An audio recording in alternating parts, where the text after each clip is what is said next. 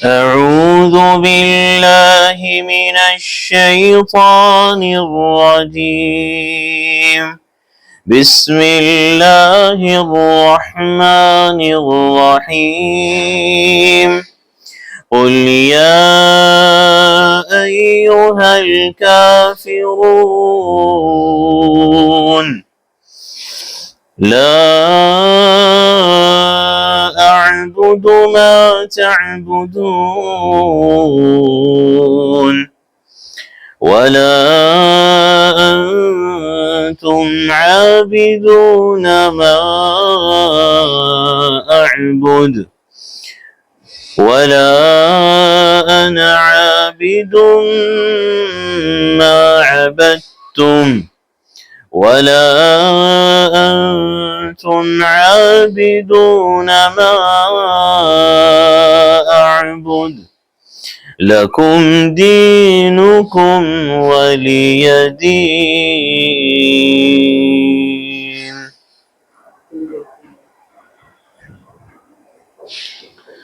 صدق الله العظيم.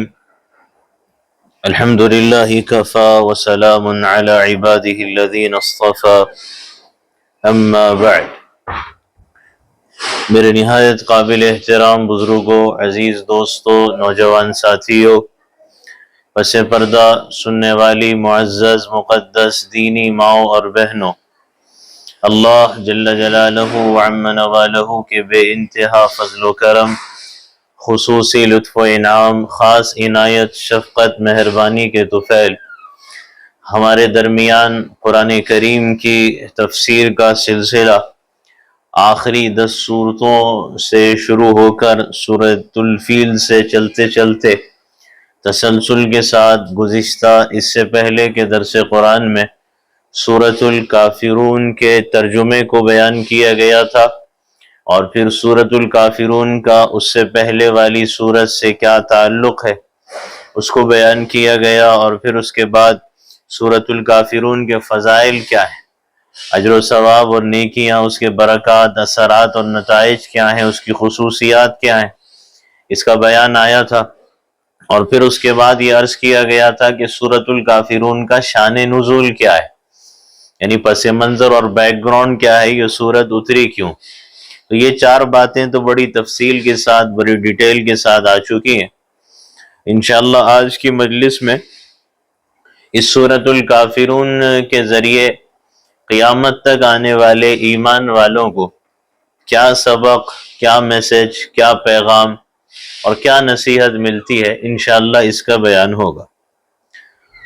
سورۃ الکافرون کا شان نزول تو آپ سن چکے ہیں، اور شان نزول میں یہ بات ذکر کی جا چکی ہے، بس اشارتاً یاد دہانی کے طور پہ اشارہ کرتے ہوئے آگے بڑھوں کہ قریش مکہ کی طرف سے پیشکشیں ہوئی، مطالبے ہوئے، گزارشیں ہوئی، سفارشیں ہوئی، خواہشیں ہوئی کہ آپ 1 سال ہمارے معبودوں کی عبادت کر لیں، 1 سال ہم آپ کے معبود کی کر لیں گے۔ یہاں تک کہا گیا کہ آپ ہمارے جو باطل معبود ہیں 360 جو ہاتھوں سے بنے ہوئے تھے ان کو ہاتھ لگا دیں، یا یہ کہ آپ ان کا بوسہ لے لیں۔ لیکن ان سب کے جواب میں اللہ تعالیٰ نے سورۃ الکافرون نازل فرمائی، جس میں یہ بتا دیا گیا کہ قل، کہہ دیجئے کہ یا ایھا الکافرون، کہ اے کافروں۔ اب یہ کافروں کیا ہے؟ کافر کا لفظی مطلب ہے انکار کرنا، اور اسی طرح ناشکری کرنا۔ اب یہاں ایھا الکافرون جو کہا گیا کہ آپ کہہ دیجئے کہ اے کافروں، تو اے کافروں سے جو خطاب ہے تمام کفار کے لیے ہے۔ اب یہ انکار کرنے والے کیسے ہیں؟ اس لیے کہ قریش مکہ کو اگر دیکھ لیں تو اللہ تعالیٰ کی ذات کو تو وہ مانتے تھے، یعنی وہ ایک اللہ کو مانتے تھے، لیکن اس کے ساتھ وہ شرک کرتے تھے، اور انہوں نے اپنے ہاتھوں سے مجسمے بنا لیے، اپنے ہاتھوں سے تصویریں بنا لی، اور پھر ان 360 کو اپنے ہاتھوں سے بنا کر ان کو خدا کی خدائی میں اللہ کے ساتھ شریک کیا کرتے تھے، تو وہ اس اعتبار سے انکار کرنے والے ہیں کہ اللہ کی ذات کو ماننا اسی وقت ماننا کہلائے گا جب حقیقی معنی میں مانیں گے، ورنہ تو وہ ماننا نہیں ہے۔ شرک کے بغیر ماننا ہے، شرک کے ساتھ ماننا نہیں ہے، وہ انکار کرنا ہے۔ اور اسی طرح قریش مکہ اگر اللہ کی ذات کو مانتے تھے شرک کے ساتھ، تو دوسری چیز یہ تھی کہ وہ رسالت کے منکر تھے، یعنی اللہ کے نبی علیہ السلام کے نبی اور رسول ہونے کا انکار کرتے تھے، تو اس اعتبار سے تو وہ انکار کرنے والے، کفر کرنے والوں میں شامل ہے، کہ نبی کو نبی اور رسول نہیں مانتے۔ اسی طرح وہ آخرت کے منکر ہیں، تو آخرت کے منکر کے اعتبار سے آخرت کے کافر ہوئے، اور اسی طرح وہ اس دین اسلام کے انکار کرنے والے تھے، تو اس اعتبار سے انکار کرنے کے اعتبار سے دین اسلام کا انکار ہے تو وہ کافر ہوئے۔ اور اسی طرح انہوں نے اللہ کی ذات کو حقیقی معنی میں ماننے کے بجائے ایک تو ہاتھوں سے بنا لیے، اور دوسرے یہ کہ انہوں نے یہ بھی کہا کہ اللہ کو تو ہم مانگتے ہیں لیکن ساتھ میں نعوذ باللہ فرشتے یا اللہ کی بیٹیاں ہیں، تو اللہ تعالیٰ تو ان چیزوں سے پاک ہے، تو وہ حقیقی معنی میں اللہ کو ماننا نہیں۔ اور اسی طرح اگر آپ یہود کو دیکھیں، یہاں صرف قریش مکہ ہی کافروں میں شامل نہیں ہے، جب یا ایھا الکافرون کہا جائے گا، کہہ دو کہ اے کافروں، تو اس میں مشرکین بھی آئیں گے اور اس کے ساتھ یہود بھی آئیں گے۔ یہ ٹھیک ہے کہ یہود اللہ کو مانتے ہیں، آسمانی کتاب تورات حضرت موسیٰ پہ جو نازل ہوئی اس کو مانتے ہیں، لیکن اللہ کو جیسے ماننا ہے ویسے یہود بھی نہیں مانتے۔ کیوں؟ اس لیے کہ یہود جو کہتے ہیں، کفر نقل کرنا کفر نہیں ہوتا، ان کی کفریہ باتیں یہود کی، لیکن سمجھانے کے لیے بتا رہا ہوں کہ اللہ کو ماننا کب ماننا کہلائے گا۔ یہود کیا کہتے ہیں؟ وہ کہتے ہیں کہ خدا وہ ہے کہ جس نے 6 دن میں زمین و آسمان بنائے اور پھر 7ویں دن اس کو آرام کی ضرورت پڑی، تو اس نے 7ویں دن تھکان کے بعد آرام کیا۔ نعوذ باللہ، ایمان والے اس بات کے قائل نہیں، تو ہم ایسے خدا کو مانتے ہی نہیں ہے جس کو آرام اور تھکان ہو جائے اور آرام کی ضرورت پڑے۔ ہم تو اللہ کو آرام سے، تھکان سے پاک سمجھتے ہیں۔ اور یہود جس خدا کو مانتے ہیں وہ یہ کہتے ہیں کہ وہ انسانی شکل میں بھی ظاہر ہوتا ہے، بلکہ یہاں وہ یہ کہتے ہیں کہ خدا وہ ہے جو صرف رب اسرائیل ہے۔ حضرت یعقوب علیہ السلام کو اسرائیل کہتے تھے، ان کی اولاد کو بنی اسرائیل کہتے ہیں، تو وہ کہتے ہیں کہ خدا صرف بنی اسرائیل کا خدا ہے، صرف بنی اسرائیل کا رب، بنی اسرائیل کا پروردگار، یعنی خدا صرف یہود کا خدا ہے۔ تو ایسا کوئی خدا کو نہ ہم مانتے ہیں، نہ ایسا کوئی خدا ہے جو صرف کسی ایک قوم کا خدا ہو۔ یہاں تک یہود کہتے ہیں نعوذ باللہ کہ وہ کہتے ہیں کہ اللہ تعالیٰ کی یعقوب علیہ السلام سے نعوذ باللہ کشتی ہوئی، اور اس کشتی کے اندر یعقوب علیہ السلام نے خدا کو پچھاڑ دیا اور خدا کو گرا دیا۔ نعوذ باللہ، کفریہ جملہ ہے، لیکن بتانے کا مقصد یہ کہ وہ کہتے ہیں کہ ہم اللہ کو مانتے ہیں، مگر جس اللہ کے بارے میں جو ان کے تصورات، نظریات ہے، ظاہر سی بات ہے یہ کہا جائے گا کہ تم خدا کو مانتے نہیں ہو، تم تو منکر ہو، تم تو یہ کہتے ہو کہ خدا کا بیٹا ہے، اور عزیر ان کا نام ہے۔ حضرت عزیر علیہ السلام بے شک اللہ کے نبی ہیں، لیکن وہ کہتے ہیں کہ خدا کا ایک بیٹا بھی ہے، تو ہم کوئی ایسے خدا کو مانتے نہیں جس کا بیٹا ہو۔ تو ظاہر سی بات ہے کہ یہ خدا کو ماننے کے بعد بھی کافر ہی ہیں، انکار کرنے والے ہیں، حقیقی خدا کو نہیں مانتے یہ۔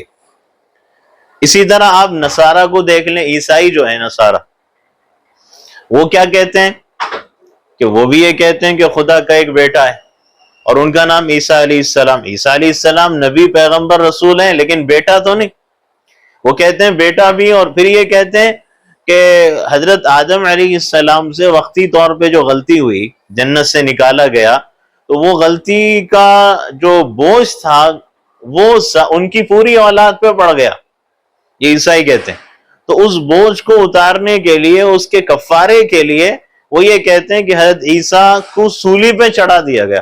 حالانکہ ہم یہ کہتے ہیں کہ حضرت عیسیٰ کو صلیب پہ نہیں چڑھایا گیا، اللہ نے ان کو آسمانوں کی طرف اٹھایا اور آخری دور میں پھر آئیں گے وہ. لیکن ان کا یہ تصور ہے کہ خدا ایسا ہے کہ جس کے بارے میں یہ تصور، یہ نظریہ رکھتے ہیں.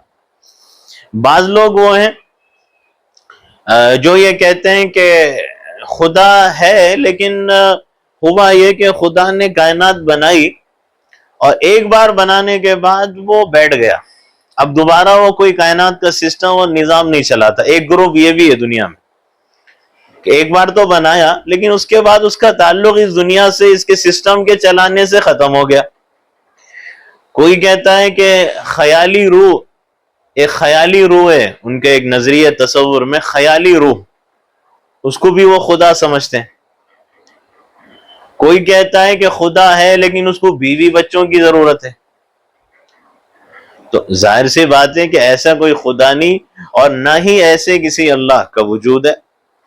تو یہ جتنے لوگ ہیں جو یہ کہتے ہیں کہ ہم مانتے ہیں خدا کو مگر اس طرح اور اس طرح اور اس طرح مانتے ہیں، تو ظاہر سی بات ہے یہ سب ماننے والے نہیں، انکار کرنے والے ہی کہلائیں گے. اور اگر خدا کو ماننے والے ہوں تو نبوت کا تو انکار کر ہی رہے نا، نبی نہیں مان رہے، آخرت نہیں مان رہے، دین اسلام نہیں مان رہے، تو اس اعتبار سے یہ انکار کرنے والے کافروں ہی میں شامل ہیں. اور اسی طرح آپ دیکھیں کہ ایک دنیا کے اندر گروپ وہ ہے جن کی پہلے کمی تھی لیکن آج ان کی تعداد بڑھ رہی ہے، اور وہ ہیں جو خدا کے وجود ہی کے منکر ہیں. ان کو دہریہ کہتے ہیں، ایتھسٹ، کمیونسٹ ایتھسٹ. یہ وہ لوگ ہیں جو کہتے ہیں کہ یہ جو کائنات ہے نا، یہ دنیا، یہ پہلے ایک مادے، ایک مواد کی شکل میں تھی، اچانک ایک بلاسٹ ہوا، دھماکہ ہوا، اور اس دھماکے سے کیا ہوا کہ کچھ چیزیں ہوا بن گئی، کچھ زمین بن گئی، کچھ آسمان بن گیا، کچھ سورج و چاند اور ستارے بن گئے، اور اس طرح یہ دنیا چل رہی. نہ اس کو کسی نے بنایا ہے، نہ کوئی اس کو چلا رہا ہے. ان کو کہتے ہیں دہریہ. اور آج کل یہ جو فتنہ ہے نا دہریت کا، خدا کے وجود کے منکروں کا، یہ بہت تیزی سے پھیل رہا ہے. اس وقت سوشل میڈیا کے اوپر، digital media, print media, electronic media, اس کے اوپر ان کا بڑا زور ہے، بڑا شور ہے، اور کئی لوگ اس وقت ان سے متاثر ہو رہے ہیں. اس وقت امریکہ اور یورپ کے علاقے میں ایکس مسلمز کے نام سے ایک کمیونٹی ہے، ایکس مسلمز. ان سے باقاعدہ بعض علماء کرام کے ڈیبیٹس بھی ہوتے ہیں میڈیا پہ، چینلز پہ. ایکس مسلم سے، ایکس مسلم کا مطلب پہلے مسلمان تھے، بعد میں وہ کہتے ہیں کہ نہیں، اب ہم نے ریسرچ کی ہے اور ہم یہ کہتے ہیں کہ کوئی خدا ہی نہیں ہے. جب خدا نہیں تو مذہب کیسا اور دین کیسا؟ تو یہ فتنہ بڑی تیزی سے پھیل رہا ہے اور کئی لوگ اس سے متاثر بھی ہو رہے ہیں، باہر کے علاقوں میں خاص طور سے. وہ کہتے ہیں خدا ہے ہی نہیں، اس کا وجود ہی نہیں. بھئی کیوں نہیں ہے؟ تو وہ کہتے ہیں کہ خدا نظر نہیں آتا. جب وہ ہمیں اپنی آنکھوں سے نظر نہیں آتا تو ہم کیسے مان لیں کہ وہ ہے؟ حالانکہ بڑی عجیب بات یہ ہے، یہ عقل کے جو اندھے ہیں، جو اپنے عقل ہی کی بنیاد پہ خدا کا انکار کرتے ہیں اور اپنے عقل کو خدا تسلیم کرتے ہیں، جو حقیقت میں عقل کے اندھے ہیں، نگاہوں کے بھی اور عقل کے بھی، اس اعتبار سے کہ اگر تم کو اسی وقت کسی چیز کو ماننا ہے جب تمہیں تمہاری آنکھوں سے دکھائی دے گی، تو پھر ایسے تو تمہیں دنیا میں کئی چیزوں کا انکار کر دینا چاہیے جو تمہیں آنکھوں سے دکھائی نہیں دیتی. مثال کے طور پہ دنیا میں کسی کو روح آنکھوں سے دکھائی دیتی ہے؟ نہیں دکھائی دیتی، لیکن پھر بھی لوگ کہتے ہیں کہ روح اندر ہے. یہاں تک کہ روح نہ رہتی ہوئی نظر آتی ہے، نہ بعض لوگ کہتے ہیں صاحب بس روح پرواز کر گئی، روح چلی گئی، روح نکل گئی. ارے روح چلی گئی، نکل گئی تو نظر آئی نکلتے ہوئے، جاتے ہوئے. تو اب تم جو خدا کا کے وجود کے منکر ہو، تم روح کا بھی انکار کر دو کہ نہیں، روح ہے نہیں انسان کے جسم میں. لیکن ظاہر سی بات ہے کہ وہ روح کا انکار نہ کرتے ہیں نہ کر سکتے ہیں. وہاں یہی کہیں گے کہ ہم روح کو علامتوں اور نشانیوں سے مانتے ہیں کہ روح ہے. مطلب یہ کہ سانس چل رہی ہے، دل حرکت کر رہا ہے تو روح ہے، سانس چلنا بند، دل حرکت کرنا بند تو روح چلے گئی. تو اس کا مطلب کیا ہوا؟ اس کا مطلب یہی ہوا نا کہ کئی چیزیں ایسی ہیں جن کو تم آنکھوں سے دیکھ کے نہیں پہچانتے، نشانیوں سے پہچانتے ہو۔ یہ بھی کہتے ہیں وہ کہ بھئی اللہ ہے تو اس کی تصویر بنا کے دکھاؤ، ان کا اعتراض ہے یہ، اگر خدا ہے تو فوٹو تصویر بنا کے دکھاؤ، تو تم روح کی فوٹو تصویر بنا کے دکھاؤ، ورنہ انکار کر دو۔ ظاہر سی بات ہے کہ وہ روح کی فوٹو تصویر نہیں بتا سکتے، نہیں اتار سکتے۔ اسی طرح ہوا ہے دنیا میں چند مثالیں دے رہا ہوں سمجھانے کے لیے کہ ہمارا ایمان بھی پختہ ہو، اللہ کے وجود پہ یقین مضبوط ہو جائے۔ ایک تو ہے کہ بغیر دلیل کے ماننا، ہم بغیر دلیل کے اللہ کو مانتے ہیں، عقل میں آئے یا نہ آئے، لیکن عقل کے اندھوں کو سمجھانے کے لیے اور خود بھی بات پوری طرح یقین کے ساتھ سمجھنے کے لیے کہ ہوا ہے۔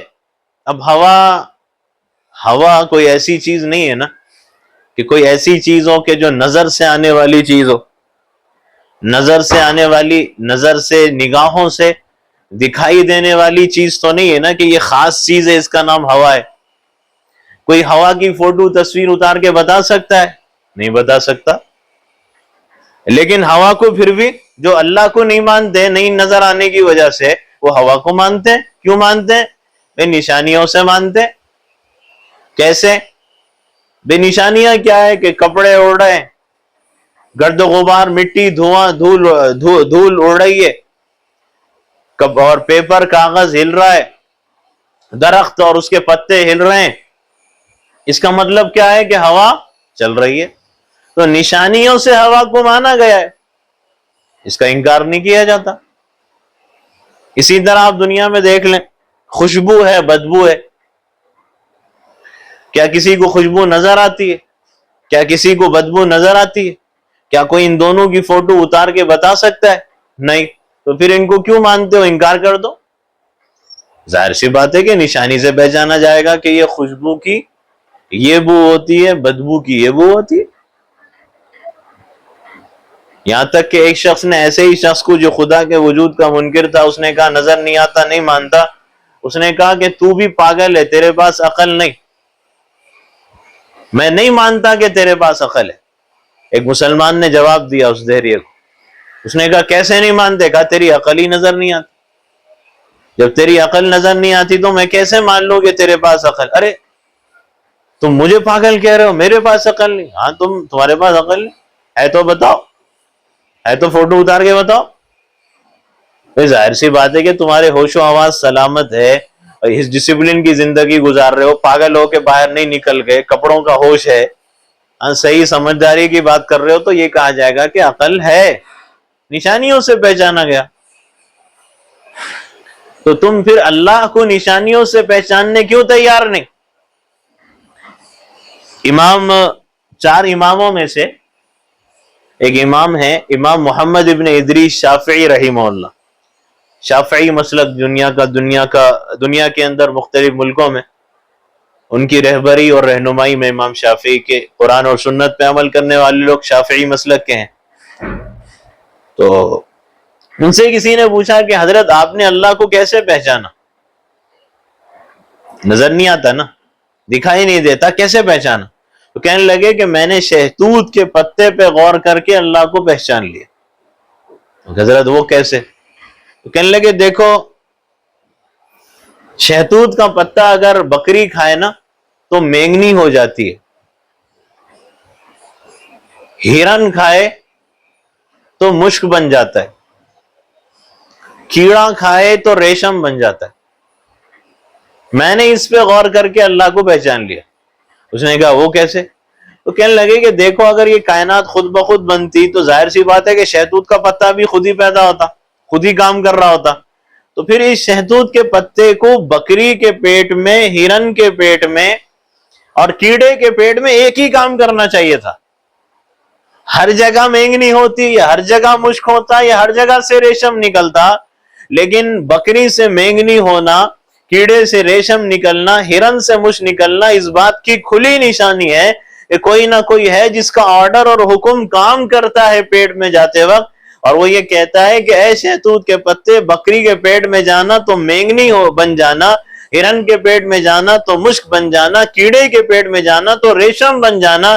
تو مجھے اس سے سمجھ میں آ گیا کہ کوئی نہ کوئی ہے جس کا حکم کام کر رہا ہے اور وہ اللہ ہے۔ تو یوں تو نہیں ہو سکتا نا، یہ خود بخود تو ایسے نہیں ہو سکتا۔ امام احمد ابن حنبل رحمہ اللہ، یہ بھی 4 اماموں میں سے ایک امام ہے، ان کا حنبلی مسلک سعودی حکومت اور وہاں کی عوام فالو کرتی ہے۔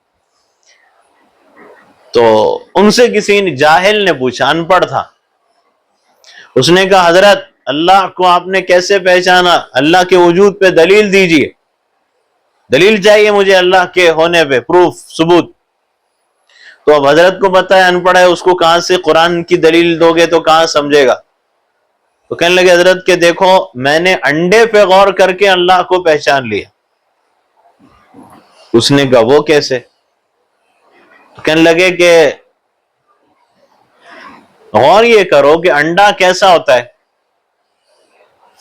انڈا چاروں طرف سے چھلکا اور پھر اندر ایک جھلی، باہر سے اندر نہ ہوا جانے کا راستہ، نہ پانی جانے کا راستہ، نہ غذا جانے کا راستہ، نہ کوئی ہول، نہ کوئی سوراخ۔ اس انڈے کے اندر پرندے کا بچہ 21 دن تک رہتا ہے، اور 21 دن چونچ کی جگہ چونچ، پیر کی جگہ پیر، پر کی جگہ پر، آنکھ کی جگہ آنکھ، کھال کی جگہ کھال۔ اب یہ مٹیریل کہاں سے جا رہا ہے اندر؟ کوئی بلڈنگ بنانا ہے تو ریتی چاہیے، سیمنٹ چاہیے، اسٹیل چاہیے۔ یہ انڈے کے اندر مٹیریل کہاں سے جا رہا ہے بھائی؟ کوئی راستہ نہیں ہے۔ اگر میں اور آپ اس انڈے پہ انگلی بھی مارے تو پھٹ جائے گا وہ، تو وہاں کہاں سے مٹیریل پہنچائیں گے؟ لیکن حضرت نے فرمایا کہ مجال ہے، یہ ناممکن ہے کہ 21 دن کے اس بچے میں چونچ کی جگہ پیر لگ جائے، پر کی جگہ آنکھ لگ جائے، مجال ہی ہو ہی نہیں سکتا۔ جہاں جو لگنا ہے وہ لگ رہا ہے۔ 21 دن ہو گئے، اب باہر نکلنا ہے انڈے سے، تو اب باہر نکلنے کا ٹائم وقت آ گیا، تو میں آپ ماریں گے تو پھوٹ جانا ہے انڈے نے تو۔ اب لیکن اب بچے کو باہر بھی نکلنا ہے، کیسے نکلے؟ تو ہوتا یہ کہ اس کی چونچ کے اوپر ایک نوکدار ابھرا ہوا حصہ پیدا ہو جاتا ہے، جس سے وہ بچہ اندر سے انڈے کو اپنی نوک سے مارتا ہے، مارتا ہے مارتا ہے مارتا ہے، یہاں تک کہ سوراخ ہوتا ہے وہ باہر نکل جاتا ہے۔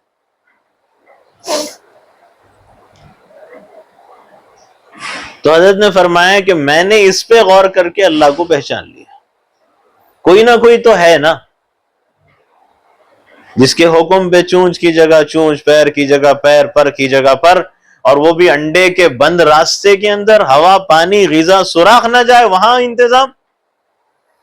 اور پھر کس نے بتایا اس پرندے کے بچے کو کہ باہر نکلنا ہے تو نوک سے مار، ایسے نکلتے ہیں باہر؟ کون ہے بتانے والا؟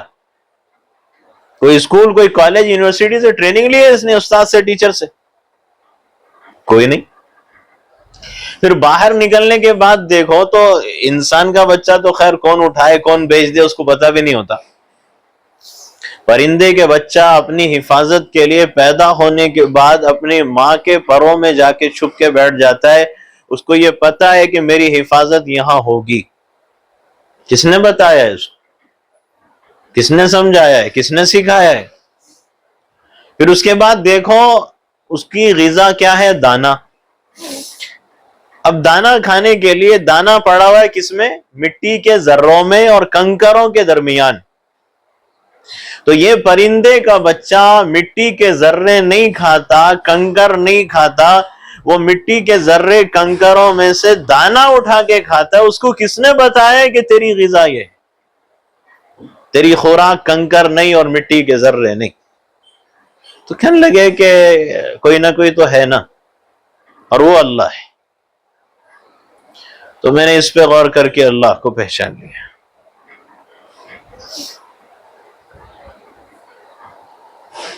تو اس طرح اللہ کی ذات کو پہچاننا ہے، اس طرح سمجھنا ہے۔ امام اعظم ابو حنیفہ نعمان ابن ثابت رحمہ اللہ کے دور میں ہوا یہ کہ اس دور میں عراق کا بادشاہ تھا، اس کے محل میں شام کے وقت ایک دہری آیا۔ اس دور میں بھی تھے کچھ لوگ، تو مسلمان بادشاہ، اس نے کہا کہ میں خدا کو نہیں مانتا، یہ کائنات خود بخود بن گئی، خود بخود چل رہی ہے۔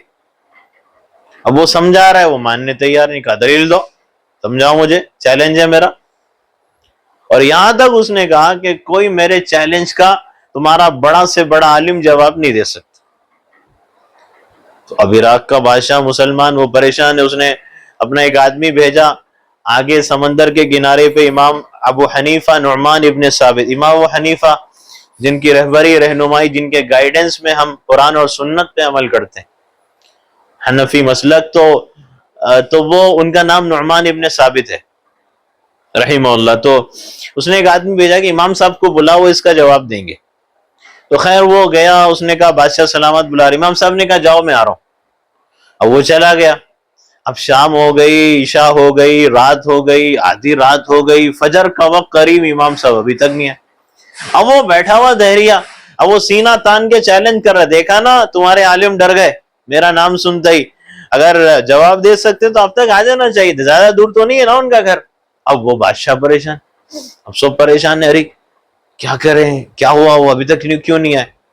یہاں تک کہ فجر کا وقت قریب آیا، امام صاحب نے محل کے دروازے پہ دستک دی، کھولا دروازہ، اندر آئے۔ تو بادشاہ نے کہا حضرت کیا بات ہوئی، اتنی دیر ہو گئی آپ کو آنے میں؟ کہنے لگے ہاں وہ اصل میں بات یہ ہے کہ کام تھا، اس دہریے نے بھی نے کہا کہ میں آپ کا کب سے انتظار کر رہا ہوں اور میرا چیلنج ہے، کوئی جواب نہیں دے سکتا، دیر کیوں ہو گئی؟ کہنے لگے وہ اصل ہوا کیا، گھر سے نکلا تھا، وہ سمندر کے کنارے پہ آیا تو میں اب انتظار میں ہوں، کشتی ملے گی، اب ملے گی تب ملے گی، کشتی نظر نہیں آ رہی، اب کشتی چلانے والا بھی نظر نہیں آ رہا۔ میں سوچ میں پڑ گیا، ارے جانا بھی ہے، سمندر پار کرنا بھی ہے، بادشاہ کا حکم بھی ہے، اور پھر وہاں چیلنج والا کھڑا ہوا انتظار کر رہا ہے۔ تو کہنے لگے کہ ہوا یہ کہ تھوڑی دیر گزری، اچانک کیا ہوا، اس سمندر کے کنارے پہ ایک درخت تھا، وہ درخت اچانک کٹا، خود بخود کٹا، اور خود بخود کٹنے کے بعد ہوا یہ کہ اس کی جو لکڑیاں تھیں وہ آپس میں جڑنے لگی، لکڑیاں خود بخود آپس میں جڑنے لگی، اور ہوا یہ کہ وہ اس طرح جڑی کہ پورا کشتی کا شیپ بن گیا، اور ان کے اندر ان کی ساندوں میں جو موم بھرنا تھا خود بخود ان کی ساندوں میں موم بھر گیا۔ اب تھوڑی دیر میں نے دیکھا پوری کشتی تیار، خود بخود تختے لگ گئے، خود بخود لکڑیاں جڑ گئیں، خود بخود ساندوں میں موم بھر گیا، خود بخود پوری کشتی تیار ہو گئی۔ اب میں نے اللہ کا شکر ادا کیا، اللہ تیرا شکر ہے کہ کشتی تو بن گئی ہے، لیکن کشتی چلانے والا کدھر؟ تو تھوڑی دیر گزری، میں نے دیکھا کہ کشتی خود بخود چلنے لگی، کشتی خود بخود آگے بڑھ رہی۔ تو میں نے سوچا چلو بیٹھ جاتا ہوں، میں بیٹھ گیا تو وہ کشتی مجھے لے جانے لگی۔ تو خیر ہواؤں کی رخ اور موجوں نے کشتی کو ساحل کے کنارے پہ پہنچا دیا، میں اتر گیا۔ اترنے کے بعد میں دیکھ رہا ہوں کہ بھئی کشتی کیسے بن گئی، کیسے چل گئی، کوئی چلانے والا نہیں، بغیر کارپینٹر بڑھئی کہ خود بخود لکڑیاں تختے جڑ گئے، ساندوں میں موم بھر گیا، کوئی چلانے والے کے بغیر میں یہاں پہنچ گیا۔ تو سوچنے میں دیر ہو گئی، اور اس طرح پھر میں آپ کے پاس پہنچا۔ دہریا کہنے لگا کہ میں نے تو سوچا تھا کہ تم بڑے عالم ہو، تم تو بیوقوف نکلے، تمہارے پاس عقل ہی نہیں، اتنے بڑے امام، عقل نہیں ہے تمہارے پاس۔ کہنے لگے کیوں؟ ارے کہنے لگا کہ ابو حنیفہ کی یہ ہو سکتا ہے کہ کشتی خود بخود بن جائے، کشتی خود بخود چل جائے، بغیر کارپینٹر بڑھائی کے تختے خود بخود جڑ جائیں، بغیر ساندوں میں موم بھرنے والے کے موم خود بخود بھر جائے، یہ ہو سکتا ہے؟ امام صاحب کہنے لگے کہ بیوقوف تو ہے، میں نہیں، پاگل تو ہے، میں نہیں، اس لیے کہ جب ایک کشتی خود بخود نہیں بن سکتی، ایک کشتی خود بخود نہیں چل سکتی، تو اتنی بڑی کائنات کا نظام خود بخود بن گیا اور خود بخود چل رہا ہے، لاجواب ہو گیا۔ اور وہاں سے اپنا منہ دیکھتے ہوئے، اپنا سا منہ لے کر، لاجواب ہو کر، ظاہر سی بات ہے کہ نگاہیں جھک گئی، تو اس نے اپنے آپ کو ہی دیکھنا تھا اور وہاں سے لاجواب ہو کے نکل گیا۔ یعنی مطلب یہ ہے کہ اللہ کے وجود کو سمجھانا سمجھنا کوئی مشکل کام نہیں۔ تو ایسے لوگ بھی موجود ہیں جو اللہ کے وجود کے منکر ہیں، تو اس سے وہ بھی مراد ہیں، یا ایھا الکافرون میں سب آ گئے، قیامت تک کے کافر آ گئے، اور جتنی طرح کا کفر کرنے والے سارے آ گئے، تو سب کو ایک ہی خطاب ہے، سب کو ایک ہی جواب ہے، اور سب سے اسی انداز میں دو ٹوک بات کرنا ہے، اور وہ بات کیا ہے کہ لا اعبد ما تعبدون، کہ تم جن کی عبادت کرتے ہو میں ان کی عبادت نہیں کرتا، ولا انتم عابدون ما اعبد، اور نہ ہی جس کی میں عبادت کرتا ہوں تم اس کی عبادت کرتے ہو، ولا انا عابد ما عبدتم، نہ یہ اب ہو سکتا ہے نہ آئندہ یہ ہو سکتا ہے کہ میں تمہارے معبودوں کی عبادت کروں، ہاتھ لگا لوں میں تمہارے معبودوں کو، بوسہ لے لوں ان کا، ایک سال میں ان کی عبادت میں بھی ایک سال کر لوں، یہ نہ اب ہو سکتا ہے، نہ پریزنٹ، نہ ایٹ پریزنٹ، نہ فیوچر، کبھی نہیں۔ ولا انتم عابدون ما اعبد، اور نہ ہی تم ایسا کرو گے۔ لکم دینکم، تمہارے لیے تمہارا دین، ولی دین، میرے لیے میرا دین، یعنی مطلب یہ ہے کہ تم اپنے دین پہ عمل کرو، کوئی زبردستی نہیں، سمجھائیں گے، دعوت دیں گے، نصیحت کریں گے، جتنی کوششیں وہ کریں گے، جتنی محنتیں کر سکتے ہیں کریں گے، مشقتیں تکلیفیں اٹھانا پڑے، ظلم و ستم گوارا کرنا پڑے، تمہیں راہ راست پہ سیدھے راستے پہ لانے کر لیں گے گوارا، صبر برداشت تحمل، لیکن زبردستی نہیں کریں گے ہم، یعنی دین اسلام کسی کو مجبور کرنے، مسلط کرنے، کسی کو زبردستی مسلمان بنانے کے لیے نہیں، تمہارے لیے تمہارا دین، میرے لیے میرا دین، تم اپنے طریقے، اپنے راستے، اپنے دین، اپنے مذہب پہ چلتے رہو، ہاں یہ امید بھی مت رکھو کہ ہم تمہارے دین پہ چلیں، ہم بھی تمہارے دین پہ عمل کریں، پورا نہ صحیح تو 50-50، ایک سال تم ایک سال ہم، نہیں، اس کی امید، اس کی توقع بھول جاؤ، یہ تصور خواب و خیال سے نکال دو کہ ہم بھی کبھی تمہارے دین میں حصے دار بن جائیں گے، تمہارے شرک میں ہم بھی شریک بن جائیں گے، اس کا خواب و خیال بھی اپنے دل و دماغ سے نکال دو، کیونکہ یہ تو خیر قریش مکہ کی بات تھی، یہ قیامت تک ہوتا رہے گا، اور یہ ہوتا رہا ہے۔ جیسے قریش نے کوشش کی نا کہ ذرا لبھانے کی کوشش کرو، منانے کی کوشش کرو، جھوٹی محبت کا انداز اختیار کیا نا کہ نہیں ہم آپ رشتہ دار، خاندان، قوم، قبیلہ، ایک محلہ، ایک وطن، ایک قبیلہ، ایک بستی، لہٰذا ہم یہ چاہتے ہیں کہ مل جل کے رہیں، لڑائی کیوں، جھگڑے کیوں، نفرت کیوں، مخالفت کیوں، اس لیے کیا کرو آپ بھی ہمارے ساتھ دو شرک میں۔ تو یہ ہر دور میں ہوگا، یہ ہوتا رہا ہے اور ہوتا رہے گا، لیکن ایمان والوں کا کام کیا ہے کہ سورہ کافرون کے انداز میں جواب دو، اور سورہ کافرون جواب کا انداز یہی سکھاتی ہے کہ نو کمپرومائز، کہ یہ ہو سکتا ہے کہ اگر تم ہیومن رائٹس، انسانی حقوق کے لیے آواز بلند کرنا چاہتے ہو، اے یہود ہم تمہارا ساتھ دینے تیار ہیں، اے نصارہ ہم تمہارا ساتھ دینے تیار ہیں، اے مشرکین ہم تمہارا ساتھ دینے، اے مجوس ہم تمہارا ساتھ دینے تیار ہے، کیوں؟ انسانی حقوق کی بات ہے، آؤ مل جل کے کام کرتے ہیں۔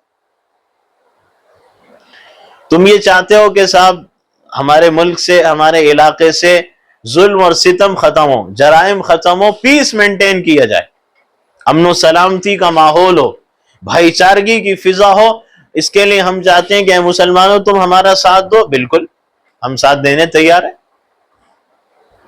تم یہ کہو کہ صاحب قتل اور غارت گری اور جرائم کا خاتمہ ہونا چاہیے، یہ سٹہ بازی اور یہ نشہ ختم ہونا چاہیے اور یہ کرائم ختم ہونا چاہیے، بالکل ہم آئیں گے، ہم تمہارا ساتھ دیں گے۔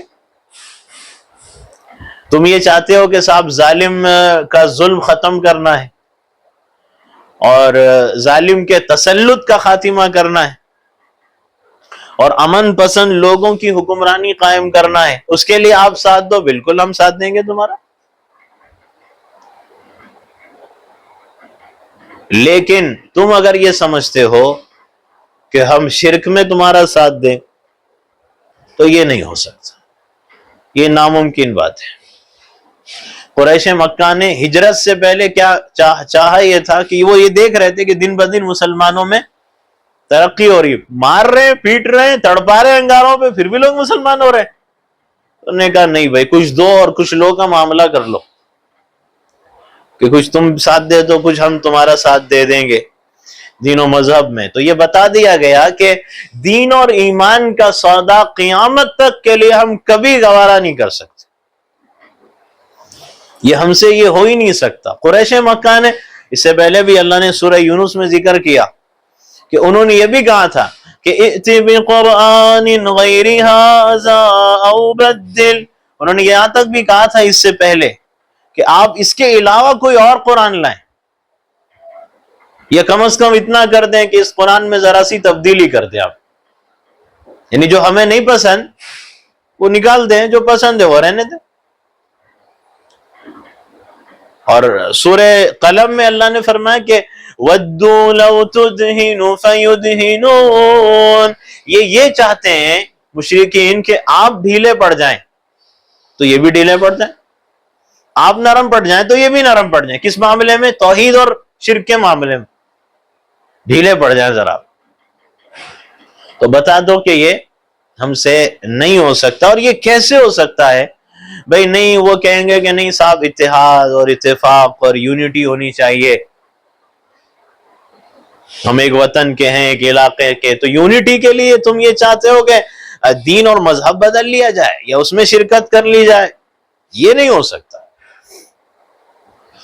یعنی یونٹی دیکھو، حقوق کی بنیاد پہ تو ہو سکتی ہے، ظلم کے خلاف آواز اٹھانے میں تو ہو سکتی ہے، جرائم کے خاتمے میں ساتھ دینے میں تو ہو سکتی ہے، لیکن یہ نہیں ہو سکتا کہ ہم دین اور مذہب کے معاملے میں ایک ہو جائیں، اس لیے کہ سینکڑوں معبودوں کا ماننے والا، سینکڑوں کیا ہزاروں خداؤں کا ماننے والا اور ایک خدا کا ماننے والا ایک کیسے ہو سکتا؟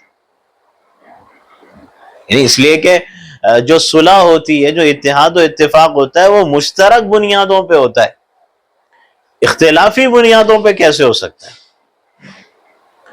تو یہ بات ممکن ہی نہیں ہے کہ ہم اس بنیاد پہ شرکت گوارا کر لیں۔ جو جواب اللہ کے نبی نے دیا، قیامت تک یہی جواب ہر مسلمان کو ہر دور میں دینا چاہیے۔ ہر دور میں وہ تم کو لبانے کی کوشش کریں گے، جھوٹی محبت کا ڈھونگ رچانے کی کوشش کریں گے، 100 جتن کر لے، 1000 کوششیں کر لے، تم مایوس کر دو ان کو، نا امید کر دو ان کو شرک سے کہ ہم سب کر لیں گے، لیکن شرک گوارا نہیں کریں گے ہم۔ لیکن صورتحال یہ ہے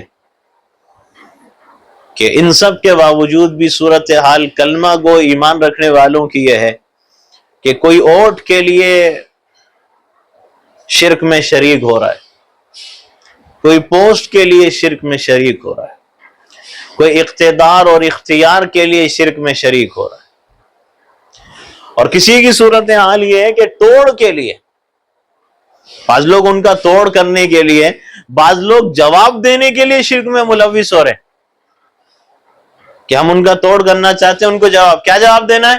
نہیں، ہم بھی بھائی تم بھی بھائی، ہماری تمہارے ساتھ ہمدردی۔ ارے ہمدردی بتانا ہے تو ٹھیک ہے، کھلاؤ پلاؤ، ان کا ساتھ دو، ان کی خوشی غم میں شرکت کرنا ہے کرو، ظلم کے خلاف آواز اٹھانے میں ساتھ دینا ہے ساتھ دو، ان کا کوئی یتیم ہے، ان کا کوئی غریب ہے، ان کا کوئی مسافر ہے، کوئی ضرورت مند ہے، مستحق ہے، اس کی مدد کرو، اسے کون روکتا ہے؟ آپ ہمدردی کرو۔ لیکن اس کا مطلب یہ نہیں کہ جواب دینے، توڑ کرنے، ہمدردی جتانے کو تم بھی شرکی اعمال شروع کر دو، تم بھی شرکی حرکتیں شروع کر دو، یہاں تک کہ صورتحال یہ کہ تم ان کے مذہبی تہواروں میں شریک ہو جاؤ، تم ان کے مذہبی تہواروں میں مبارکبادیاں دینا شروع کر دو، تم بھی ان کے مذہبی تہواروں میں سیلیبریشن کا وہ انداز اختیار کرو، جشن کا وہ اختیار کر رہے ہیں، اور یہاں تک کہ تم ان کے خاص مذہبی تہوار کے موقع پہ ان کے لڈو میں بھی شریک ہو جاؤ۔ اس کی نیلامی میں، لڈو کی نیلامی میں کون شریک ہے؟ بھائی مسلمان شریک ہے۔ اس میں کون پیسے برباد ضائع کر رہے ہیں؟ مسلمان کر رہے ہیں، مسلمان کر رہی ہے۔ اور حاضری کدھر؟ کہ صاحب مسجد میں بھی حاضری ہے اور غیر ایمان والوں کی عبادت گاہ میں بھی حاضری۔ یہ صورتحال ہے۔ گاؤں، اطراف و اکناف کے دیہاتوں کی صورتحال کیا ہے؟ کہ جمعہ کے دن مسجد میں شریک، اور گھر میں جا کے دیکھو تو مجسمے رکھے ہوئے، باطل معبود رکھے ہوئے، نام ایمان والوں والے، کام مشرکوں اور کافروں والے۔ یہاں تک کہ بعض تو وہ ہیں دیہاتوں میں کہ جن کے نام بھی غیر ایمان والوں والے، کہ گھر میں کعبہ بھی ہے اور باطل معبود کا مجسمہ بھی ہے، اس کی تصویریں بھی ہے۔ آدھا شرک، آدھا ایمان، آدھا کفر، آدھا اسلام۔ یہ اللہ کو آدھا تتر آدھا بٹیر ہرگز گوارا نہیں، ہرگز منظور نہیں، اس لیے کہ اللہ جو اپنی عبادت چاہتا ہے وہ اپنی شرائط پہ چاہتا ہے، اپنی کنڈیشن پہ چاہتا ہے، میری اور آپ کی کنڈیشن میں نہیں چاہتا۔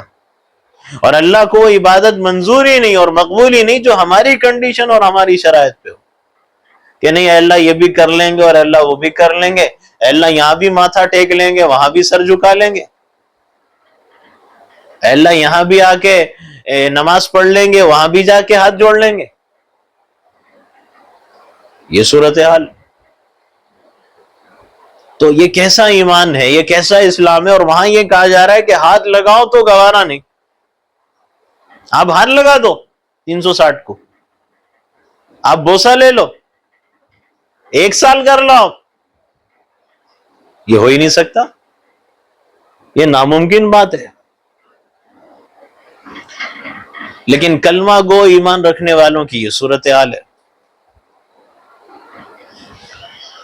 صورتحال یہ کہ اگر غیر ایمان والے وہ روپیے کی عبادت کرتے ہیں، روپیے کی بھی پرستش کرتے ہیں نا، سامانوں کی کرتے ہیں، وہ یہاں تک کہ وہ مشینوں کی بھی کرتے ہیں، فیکٹریوں کی بھی کرتے ہیں، یہاں تک کہ سامان جو آلات وغیرہ اس کی بھی کرتے ہیں کہ بھئی اس کی وجہ سے سب مل رہا ہے، ہم جی رہے ہیں، کھا رہے ہیں، پی رہے ہیں۔ ان کی صورتحال ہوتی ہے۔ اور پھر یہ ہوتا ہے کہ وہ ان کے یہاں ایک تصور ہے کہ بھئی ناریل ہے ان کی دکان پہ، لیموں کے ٹکڑے ہیں ان کی دکان پہ، بھلاوے کے چھلکے۔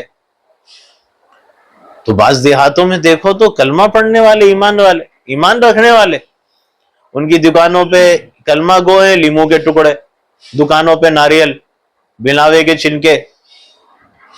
یہ صورتحال نظر آتی، کلمہ پڑھنے والے، ایمان رکھنے والے۔ پوچھو تو نہیں ہم مسلمان ہیں صاحب، ہم بھی ایمان والے، اور پھر صورتحال یہ ہے ان کے پاس، بھئی سفر سے نکل رہے ہیں، سفر کی طرف جا رہے ہیں تو ہاتھ میں باندھ لو ایک ڈوری۔ کیا ہو جائے گا اس سفر میں؟ حفاظت ہو جائے گی، یہ ڈوری تمہاری حفاظت کرے گی۔ اگر غیر ایمان والے کچھ باندھ رہے تو تم بھی باندھ رہے ہو، تو کیا فرق ہے؟ یہ تم میں ان میں کیا فرق باقی رہ گیا ہے؟ عجیب صورتحال ہے۔ شادی ہو گئی، شادی ہوئی تو کیا کرو؟ دلہن پہ سے مرغی وارو، مرغا وارو اتارا کر کے کالی مرغی، کالا مرغا پھینکو۔ مسلم محلوں میں، مسلم بستیوں میں گلیوں سے گزرو تو کالا مرغا مرا ہوا ہے راستے میں پڑا۔ کیوں بھئی؟ وارا گیا، اتارا گیا۔ کیا کہ نظر نہیں لگتی، دلہا دلہن کو نظر نہیں لگتی مرغا وارے تو۔ یہ تصور کہاں سے لائے؟ یہ نظریہ، یہ عقیدہ کہاں سے لائے؟ یہ غیر ایمان والوں سے مشابہت نہیں ہے؟ یہ ان کی کاپی نہیں ہے؟ مرغا کیوں وار رہے ہو؟ کالا مرغا وارنے سے کیا ہو جائے گا؟ بھئی حفاظت معبود کرتا ہے، خدا کرتا ہے، اللہ کرتا ہے، یا مرغا وارنے سے حفاظت ہوتی ہے؟ صدقہ دے رہے ہیں تو روپیہ پیسہ اتارا کر کے صدقہ، یہ اتارے گا کیا تعلق ہے بھائی صدقے سے؟ جاؤ سیدھا سیدھا روپیہ پیسے، تو اتارے کی کیا ضرورت ہے؟ یہ صورتحال نظر آتی۔ کالی بلی راستہ کاٹ لی تو وہم پرستی ہے بھئی۔ عبادت کا مطلب کیا ہے؟ صرف خدا پرستی، کسی اور کی پرستش کا کوئی گنجائش ہی باقی نہیں، اس کی کوئی راستہ نہیں۔ تو اب یہ وہم پرستی ہے۔ یہ خدا پرستی کرنے والے وہم پرستی نہیں کر سکتے کہ کالی بلی نے راستہ کاٹا تو دن خراب گزرے گا۔ پہلے تصورات تھے، الو آ کے بیٹھ گیا تو موت آئے گی، گھر میں نحوست آئے گی، سفر کا مہینہ منحوس، تیرا تیزی۔ اس لیے کیا کرو کہ وہ آخری چار شنبہ تکیے کے بعد سرانے انڈا رکھو، تیل رکھو۔ صدقہ دینا ہے دے دو نا بھی، رات میں سر کے سرہانے رکھ کے پھر چار شنبے کو آخری بے سفر کے مہینے میں پھر صبح اٹھ کے صدقہ کرنا، یہ وہم پرستی تو نہیں تو اور کیا ہے؟ ہریالی پہ چلو، انگوٹھی کا صدقہ دو یا انگوٹھی پہن کے چلو، مختلف تصورات نظریات ہیں، یہ سب وہم پرستی میں شامل ہے۔ بھئی خدا پرستی کرنے والے وہم پرستی کیسے کر سکتے ہیں؟ ہمارے پاس وہم پرستی کا کوئی راستہ نہیں اور وہم پرستی کی کوئی گنجائش نہیں۔ تو ان سب چیزوں سے اپنے آپ کو بچانا ہے کہ صرف خدا پرستی ہو، وہم پرستی نہیں۔ اور یہ بھی تو وہم پرستی ہے نا کہ بھئی جا رہے ہیں اور ہاتھوں کی لکیریں دکھا رہے ہیں۔ جب صرف ایک خدا کی عبادت ہے تو ہاتھوں کی لکیریں دکھا کے کس سے معلوم کرو گے؟ تمہارا مستقبل خدا کے ہاتھ میں ہے، وہ جانتا ہے، یا یہ وہ جو 100 روپے کا محتاج ہے، وہ جو طوطے لے کے پھر رہا ہے نا، فال نکلوائے گا، یہ ہاتھوں کی لکیروں سے بتانے والے، وہ خود پیسوں کا محتاج ہے 100 روپے کا، اس کے بغیر اس کی زندگی نہیں گزرتی، اس سے جا کے فال نکلواؤ گے؟ نجومی کے پاس جا کے ہاتھوں کی لکیروں سے معلوم کرواؤ گے کہ فیوچر کیا ہے اور مستقبل کیا ہے اور شادی کب ہوگی؟ کیا مسلمان یہ حرکتیں نہیں کر رہے؟ کیا کلمہ پڑھنے والے، ایمان کا دعویٰ کرنے والے یہ حرکتیں نہیں کر رہے؟ بھی جب تم خدا پرست ہو تو ستاروں کے ذریعے تمہاری قسمت معلوم کرنے والے، تم ان کے پاس جا کے کیا بتاتے ہو؟ تم ستارہ پرست ہو، تم فال پرست ہو، تم طوطا پرست ہو، تم تو خدا پرست ہو نا۔ تم خدا پرست ہو تو تمہیں تو قوم پرستی کی بھی اجازت نہیں۔ یعنی قوم ٹھیک ہے، قوم سے محبت اپنی جگہ، لیکن جب خدا اللہ کی بات آئے گی تو پھر وہاں قوم پرستی بھی نہیں، وطن پرستی کی بھی اجازت نہیں، صرف خدا پرستی، وطن پرستی بھی نہیں۔ کہ وطن کی محبت ٹھیک ہے، اللہ کے نبی کو، ہمارے نبی کو بھی وطن سے محبت تھی، ہونا چاہیے، لیکن وطن پرستی کی حد تک مت نہ پہنچو کہ اب اس کے لیے شرک بھی گوارا کر لو، ایسے ترانے اور نغمے زبانوں سے کہنا اور پڑھنا کہ جس کے اندر یہ بات ہے کہ وطن کی زمین کی عبادت کی بات کی جا رہی، یہ ہم نہیں کر سکتے۔ ہم خدا پرست ہیں، ہم وطن پرست نہیں۔ یہاں تک کہ ہم صرف خدا پرستی کرنے والے، نفس پرستی کی بھی اجازت نہیں۔ یعنی اگر خواہشات ہر خواہش پہ چل رہے ہیں اللہ کے حکم کے مقابلے اور مرضی کے مقابلے میں، تو یہ نفس پرستی ہے کہ نفس کو خدا بنا لیا، نفس کو معبود بنا لیا، گویا یہ نفس کی عبادت کرنا ہے، اس کی بھی اجازت نہیں۔ یہاں تک کہ یادگار پرستی کی بھی اجازت نہیں کہ یادگار ہے تو وہاں چلے جاؤ اور وہاں جا کے ہاتھ جوڑ لو، وہاں جا کے جھک لو، اس کی بھی اجازت نہیں ہے۔ اور یہاں تک کہ قانون پرستی کی بھی اجازت نہیں۔ کیا مطلب؟ کہ ہم خدا پرست ہیں، ہم عبادت صرف ایک اللہ کی کرتے ہیں، تو قانون میں بھی ہم عبادت کس کی کریں گے؟ اللہ کی کریں گے۔ لیکن عجیب صورتحال مسلمانوں کی یہ ہے کہ نماز، روزہ، حج، زکوٰۃ، قرآن کی تلاوت، کلمہ پڑھنا، نبی سے محبت کا دعویٰ کرنا، تسبیحات، وظائف، حج، عمروں کے لیے تو تیار ہیں، لیکن قانون میں اللہ کی عبادت کرنے تیار نہیں۔ کیوں؟ اس لیے کہ اگر زمین اور جائیداد اور پراپرٹی کے معاملات ہیں تو لوگ کہاں جا رہے ہیں؟ عدالتوں کو۔ دارالقضاء مفتی صاحب قاضی صاحب کے پاس نہیں آتے کئی لوگ، کیوں؟ پتا ہے ان کو سنگل ملے گا، ڈبل والوں کو ڈبل، سنگل والوں کو سنگل، 1/3 والوں کو 1/3، 1/3 1/4 والوں کو 1/4 ملے گا۔ مگر اس کو چاہیے، عورت کو چاہیے، بہن کو کیا چاہیے؟ نہیں مجھے بھی چاہیے 50%، مجھے بھی ڈبل چاہیے بھائی کے برابر، میں کیوں کم لوں؟ ظاہر سی بات ہے اللہ کا قانون سنے گی تو نہیں ملے گا، سنگل ملے گا۔ تو کہاں جاؤ؟ عدالت جاؤ، دنیا کی عدالت ہے۔ کیوں؟ کچھ رشوت دے دیں گے، کچھ کھلا دیں گے، کچھ پلا دیں گے، کچھ اپنے حق میں فیصلے کروا لیں گے۔ اس کا صاف مطلب یہی ہے نا کہ اللہ کے قانون منظور نہیں۔ نماز روزہ منظور ہے مگر میں قانون میں اللہ کی عبادت نہیں کروں گی۔ آپ کیسوں میں دیکھ لو، مقدمات میں دیکھ لو، آپ کیسز مقدمات کا یہی حال ہے کئی مسلمانوں کا، جائیداد پراپرٹی ہی کہ نہیں، آپ ڈوری کیسوں کو دیکھ لو۔ اس کو پتا ہے میری بہن غلط ہے، میری بیٹی غلط ہے، لیکن اس کے باوجود ڈوری کیس ڈالیں گے۔ اب ڈوری کیس میں مفتی صاحب قاضی صاحب کے پاس جائیں گے تو ختم، ظاہر سی بات ہے کہ اللہ کا قانون سنائیں گے تو جھوٹا کیس ہے تو حق میں فیصلہ نہیں آئے گا نا، خلاف فیصلہ آئے گا۔ جاؤ عدالتوں کو، کھلاؤ رشوت، تیار کرو جھوٹے گواہ پیسے دے کے کہ نہیں ڈوری کیس ہے، ڈوری لیا تھا، جہیز لیا تھا، ظلم کیا تھا۔ کیوں؟ اس لیے کہ میں نے اپنی بیٹی اور اپنے بہن کو صحیح ثابت کرنا ہے، ان کی غلطی پہ پردہ ڈالنا ہے۔ تو اس لیے عدالتوں کی طرف، یہاں اللہ کا قانون منظور نہیں ہے ان کو، کیونکہ اگر مفتی صاحب قاضی صاحب کے پاس جائیں گے تو دل کی بھڑاس نہیں نکال سکتے، دشمنی نہیں نکال سکتے، بدلہ لینے کا موقع نہیں ملے گا، انتقام کی آگ میں تڑپتے رہیں گے، آگ بجھے گی کیسے؟ وہ بھائی ذلیل و رسوا کرنا ہے نا اس کو، داماد کو، بہو کو، بہنوئی کو ذلیل رسوا کرنا ہے۔ جانتے وہ صحیح ہے، غلطی تو میری بیٹی میری بہن کی ہے، لیکن ذلیل رسوا کیسے کریں گے؟ بھائی جیل میں بھیجنا ہے اس کو، اندر کی ہوا اس کو جیل کی کھلانا ہے، اس کو بدنام کرنا ہے اس کو۔ تو یہاں ان کو اللہ کا قانون نہیں چاہیے۔ یہ اتنا ہی نہیں ہے، اب اور بھی معاملات دیکھ لیں آپ، تنظیموں کے، تحریموں کے، جماعتوں کے، مسجدوں کے، مدرسوں کے، اوقاف کے معاملات، جن کو صدر بننا ہے، جن کو پوسٹ لینا ہوتا ہے، وہ کیا کرتے ہیں؟ مسجدوں میں، مدرسوں میں، تنظیموں، تحریکوں، جماعتوں، ٹرسٹ کی انتظامیہ میں کیا کرتے ہیں؟ اس کو زبردستی چاہیے پوسٹ، اس کو سیکریٹری کا چاہیے، اس کو ٹریجرر کا چاہیے، اس کو پریسیڈنٹ کا چاہیے، اس کو پتا ہے کہ میرے خلاف ووٹ آئے گا یہاں، تو جاؤ زبردستی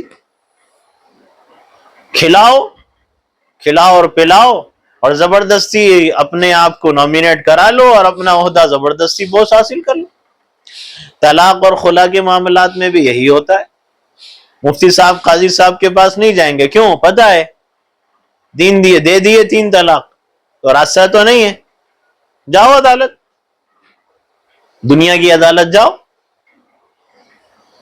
خلا کے معاملات میں اب زبردستی خلا چاہیے تو جاؤ دنیا کی عدالتوں میں، کیونکہ اللہ کا قانون منظور نہیں ہے۔ تو قانون پرستی بھی گوارا نہیں، کسی کے قانون کو بھی اللہ کے قانون کے برابر یا اس سے بڑھ کے درجہ اگر دیا جائے گا، اگر کسی کے قانون کو اللہ کے قانون سے بڑھ کے یا اللہ کے قانون کے برابر بھی درجہ دیا جائے گا تو یہ بھی شرک ہے۔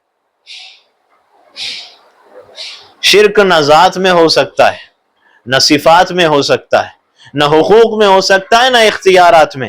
یعنی اس کا مطلب یہ کہ رکوع اور سجدہ بھی صرف اللہ کو، اور طواف بھی صرف اللہ کے گھر کا، منتیں، مرادیں، دعائیں بھی صرف اللہ سے، یہاں تک کہ قربانیاں، نظر، نیاز بھی صرف اللہ کے لیے، اس کے علاوہ کسی کے لیے یہ نہیں ہو سکتا۔ اولاد بھی صرف اللہ سے مانگو، صحت اللہ سے مانگو، روزگار اللہ سے مانگو، کاروبار میں برکت اللہ سے مانگو۔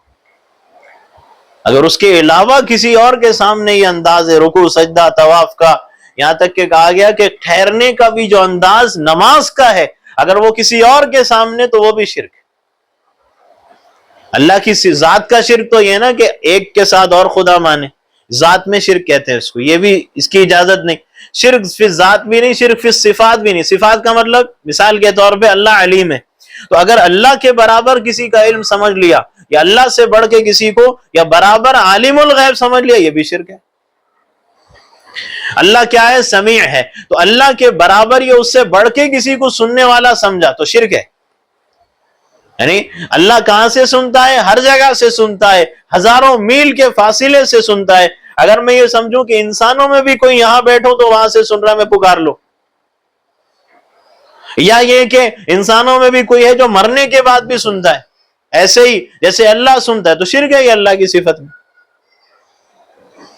انسانوں میں بھی کوئی ہے، اللہ بصیر ہے نا، صفت ہے، تو انسانوں میں بھی کوئی اللہ کے برابر یا اس سے بڑھ کے دیکھتا ہے۔ یہاں بیٹھ کے کوئی بغداد میں دیکھ رہا ہے، یہاں بیٹھ کے کوئی امریکہ میں دیکھ رہا ہے، یعنی میں یہاں بیٹھوں اور بغیر کسی آلے اور واسطے کے دیکھ رہا ہے۔ زندہ دیکھنا تو کیا، زندہ مردہ بھی دیکھ رہا ہے، میت بھی دیکھ رہا ہے، شرک ہے۔ خبیر ہے، خبر اللہ کو جو ہے، جتنی باخبر ذات اللہ کی کوئی نہیں، اس کے برابر یا اس سے بڑھ کے سمجھ لیا تو یہ بھی شرک۔ تو یہ شرک فی الصفات ہے۔ شرک فی الحقوق بھی نہ، حقوق کا مطلب عبادت، رکوع سجدہ طواف، اللہ کے نبی کے روضے کا بھی طواف نہیں ہو سکتا، چاہے جائے کہ کسی اور دربار کا، کسی اور جگہ کا طواف ہو، اس کی کوئی اجازت نہیں۔ قربانی بھی، ہاں حقوق قربانی کے ہیں، یہ اللہ کے ہیں، اختیارات اللہ کے ہیں، تو قربانی بھی نہیں، نظر نیاز نہیں، منتیں نہیں، مرادیں نہیں، دعائیں نہیں۔ حاجت روا کون، مشکل کشا کون؟ صرف اللہ۔ اور کسی کے کرنے سے کچھ نہیں ہوتا۔ رہے نہیں صاحب کاروبار اچھا چل رہا تھا، شادی کی تو وہ بیوی اچھی نہیں، منوس نکلی، یا شوہر اچھا نہیں نکلا، اچھا کاروبار تھا، بچہ پیدا ہوا، کاروبار ٹھپ ہو گیا، جاب چلے گیا، یہ منوس ہے۔ ارے ان سے کچھ ہوتا ہے؟ ان سے کچھ نہیں ہوتا۔ تو یہ ہے حقیقی توحید، کہ کامل توحید کہ اور پوری زندگی کہ اللہ کی صفت معبود کو اس طرح ماننا کہ 24 گھنٹے کے دنوں رات اللہ کی عبادت کرنا۔ ہمارے پاس عبادت کا تصور دوسروں کی طرف صرف سنڈے سیٹرڈے نہیں ہے۔ عیسائی کیا کرتے ہیں؟ وہ سنڈے آ گئے، باقی وقت ان کے پاس کوئی عبادت نہیں، دکان مکان میں، روزگار میں، پڑوسی بھی، بچے، رشتے دار، اب جو چاہے کرو۔ یہود کے پاس بھی یہی ہے، اور مشرکین کے پاس بھی یہی ہوتا ہے نا، کہ وہ یہ سمجھتے ہیں بھئی دکان مکان، کاروبار، تجارت میں کوئی عبادت، جو چاہے کرو۔ مسلمان کو یہ کہا گیا کہ تمہاری عبادت 24 گھنٹے، صبح و شام، دن و رات، تم دکان میں بھی عبادت کرو، تم مکان میں بھی عبادت کرو، تم تجارت میں بھی عبادت کرو، تم ملازمت میں بھی عبادت کرو، تم بیوی بچوں کے ساتھ، اولاد کے ساتھ، رشتہ داروں کے ساتھ، تمہاری زندگی کا ہر عمل عبادت بن جائے۔ تم بیت الخلا جاؤ، نکلو، کھاؤ، سو، اٹھو، جاگو، بولو، سنو، چلو، پھرو، رو، ہنسو، مسکراؤ، تمہارا لین دین، معاملات، معاشرت، اخلاقیات، تمہاری عبادتیں، سب عبادت ہو، سب کو اللہ کی بندگی میں گزارو۔ تم ایک دن تم جمعہ کے بندے نہیں ہو، تم رمضان کے بندے نہیں ہو، رمضان میں عبادت پھر غائب ہو جاؤ، جمعہ میں آئے پھر غائب ہو گئے، تم جمعہ کے بندے ہو، تم رمضان کے بندے ہو؟ نہیں، تم معبود کے بندے ہو، اللہ کے بندے ہو، تمہاری ہر سانس اللہ کی بندگی میں گزرے۔ جو گزری، مولانا حکیم اختر صاحب رحمہ اللہ فرماتے تھے، جو گزری تیری یاد میں زندگی، وہی زندگی بس میری زندگی ہے۔ جو غفلت میں گزرے وہ کیا زندگی ہے؟ وہ زندگی نہیں بلکہ شرمندگی ہے۔ جو ہر سانس سنت کے تابع نہیں ہے، وہ خدا کی نہیں نفس کی بندگی ہے۔ ہر سانس، لمحہ، منٹ، گھڑی نہیں، ہر سانس کو اللہ کی بندگی میں گزارنا ہے، کہ میری ایک سانس بھی اللہ کے حکم کے خلاف اس کی نافرمانی میں نہ گزرے۔ بندہ بن کے جینا، بندہ بن کے رہنا، بندہ بن کے مرنا۔ تم دکان میں بھی بندے رہو، تم مکان میں بھی بندے رہو، تم باپ ہے تب بھی بندے ہو، تم شوہر ہے تب بھی بندے ہو، تم بیوی ہو تب بھی بندے ہو، تم ماں ہو تب بھی بندے ہو، تم باپ ہو تب بھی بندے ہو، تم سیٹ ہو تب بھی بندے ہو، تم سیلز مین ہو تب بھی بندے ہو۔ ہر جگہ اللہ کی عبادت، ہر جگہ اللہ کی بندگی۔ یہ سوچ کے زندگی گزارو تو زندگی گزارنے کا انداز ہی بدل جائے گا، کہ میں بندہ ہوں، میں اس عمل میں بندگی کر رہا ہوں یا نافرمانی کر رہا ہوں؟ تو یہ سوچ کے اپنی زندگی کو گزارنا ہے کہ ایک سانس بھی اللہ کی نافرمانی میں نہ گزرے، اس کی بندگی میں گزرے۔ ایک آخری بات ذکر کر کے اپنی بات کو ختم کروں۔ جیسے ایک صاحب اللہ والے تھے، وہ ایک غلام کو خرید کے لائے، جس زمانے میں غلاموں کا دور تھا، وہ خرید کے لائے۔ انہوں نے پوچھا کیا کھائے گا؟ کہنے لگا آقا آپ جو کھلائیں گے۔ کیا پیے گا؟ آقا جو آپ پلائیں گے۔ کیا پہنے گا؟ آقا جو آپ پہنائیں گے۔ کہاں سوئے گا؟ آقا جہاں آپ سلائیں گے۔ ارے عجیب بندہ اللہ کا، تیری کوئی خواہش نہیں، تیری کوئی مرضی نہیں، تیری کوئی پسند نہیں۔ تو غلام نے کہا کہ آقا اگر میری بھی کوئی خواہش چلتی یا میری بھی کوئی مرضی چلتی اور میرا بھی کوئی حکم اختیار چلتا تو میں آقا ہوتا، آپ غلام ہوتے۔ آپ آقا اور میں غلام نہ ہوتا۔ تو اس لیے غلام کا کام یہی ہے کہ جب آپ کو آقا مان لیا، غلام کا کام یہ ہے کہ جب کسی کو آقا مان لیا تو اب پھر کھانے میں اپنی پسند نہیں، پینے میں اپنا اختیار نہیں، سونے میں اپنی مرضی نہیں، زندگی گزارنے میں اپنی پسند نہیں۔ اب آقا و داتا، اور ہمارا آقا داتا مولا کون؟ جو کل کائنات کا آقا اور داتا، کہ اللہ کی مرضی اور خواہش، اس کی پسند پہ زندگی گزارو۔ اسی لیے موقع محل کی مسنون دعائیں جو ہے نا، سونا اٹھنا کھانا پینا، کھانے سے پہلے کھانے کے بعد، سونے سے پہلے جاگنا، یہ کیوں ہے؟ یہ احساس جگانے کے لیے کہ سونے سے پہلے بھی تو بندہ تھا اور سو کے اٹھنے کے بعد بھی تم بندے ہی ہو۔ اس لیے اسی کو یاد کرو جس کے تم بندے ہو۔ حق جل شانہ ان باتوں کو سمجھنے اور اسی پر عمل کرنے کی توفیق عطا فرمائے۔ انشاءاللہ آئندہ مجلس میں سورہ نصر، سورہ اذا جاء نصر اللہ کی تفسیر شروع ہوگی۔